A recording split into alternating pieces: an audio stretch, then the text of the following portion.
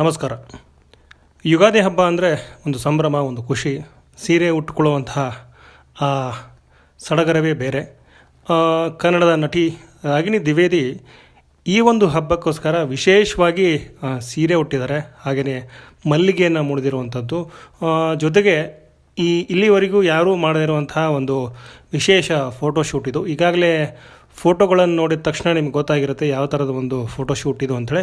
ಎಲ್ಲೋ ಒಂದು ಕಡೆ ಗಂಧರ್ವ ಲೋಕದ ಕನ್ಯೆ ಭೂಮಿಗಿಳಿದಂಗೆ ಅನ್ನುವಂಥ ಒಂದು ಬಣ್ಣನೆಯನ್ನು ನಾವು ಇಲ್ಲಿ ಹೇಳ್ಬೋದು ಈ ಫೋಟೋಶೂಟ್ಗೆ.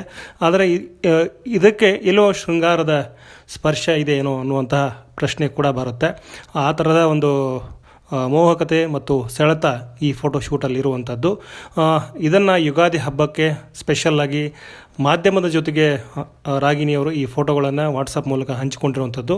ಸೊ ಇದು ವಿಶೇಷವಾಗಿ ಗಮನ ಸೆಳೀತಾ ಇರುವಂಥದ್ದು. ಹಾಗೆಯೇ ಯುಗಾದಿ ಹಬ್ಬಕ್ಕೆ ಈ ಫೋಟೋಶೂಟ್ ಮೂಲಕ ಎಲ್ಲರಿಗೂ ಶುಭಾಶಯವನ್ನು ರಾಗಿಣಿಯವರು ಹೇಳಿದ್ದಾರೆ ಅಂತ ಹೇಳ್ಬೋದು. ಒಟ್ಟಾರೆ ರಾಗಿಣಿ ದ್ವಿವೇದಿಯವರ ಈ ಒಂದು ವಿಶೇಷ ಫೋಟೋಶೂಟ್ ಈಗ ಎಲ್ಲರ ಸೆಂಟರ್ ಆಫ್ ಅಟ್ರ್ಯಾಕ್ಷನ್ ಆಗಿದೆ ಅಂತ ಹೇಳ್ತಾ ನನ್ನ ಈ ಒಂದು ವಿಡಿಯೋನ ಇಲ್ಲಿಗೆ ಎಂಡ್ ಮಾಡ್ತಿದ್ದೀನಿ. ವಿಡಿಯೋ ನೋಡಿದ ಪ್ರತಿಯೊಬ್ಬರಿಗೂ ಧನ್ಯವಾದಗಳು.